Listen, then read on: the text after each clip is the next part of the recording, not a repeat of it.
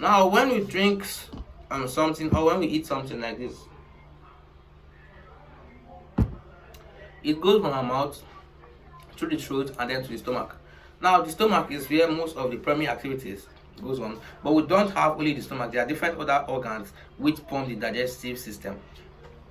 Now, basically, the digestive system involves the different group of organs that help us to digest food, and it includes the alimentary tract or canal, and all the organs and glands associated with the digestion and assimilation of food in animals. So, digestion is the breaking down of large molecules of food into simple and absorbable form for use by organisms.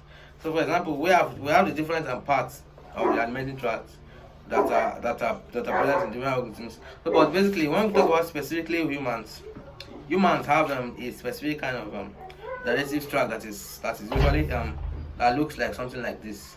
So we have something like this. We have from our mouth, it's the food we chew the mouth with the teeth, and then the chewing with it's kind of starts a process whereby you have the salivary gland secreting saliva. Then it goes, when the food is chewed, it goes down the throat, and that is held by the pushing of the tongue.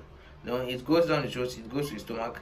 Now the stomach, it also helps to break the food into smaller particles, but then it turns the food into child into form into chime and passes out of the system as child and all the rest. So we have the bile duct, which adds water to the food and emulsifies fat. We have the gallbladder, where you have the where bile is stored, and bile is a bitter, and greenish liquid, greenish yellow liquid like that. So it's often what you see when you kind of in organisms, when if you've ever killed a chicken before, which I have. So then we have the pancreatic duct, duodenum, we have the small intestine, we have the large intestine, cecum, appendix, rectum, and anus. Now each of these organs rather, they have their different properties. For example, the appendix is where you have the different indigestible different food pellets that are indigestible go into the appendix. Now this appendix, when it becomes full of indigestible food materials, it can cause the rupture of the abdomen or discomfort where it must be cut off.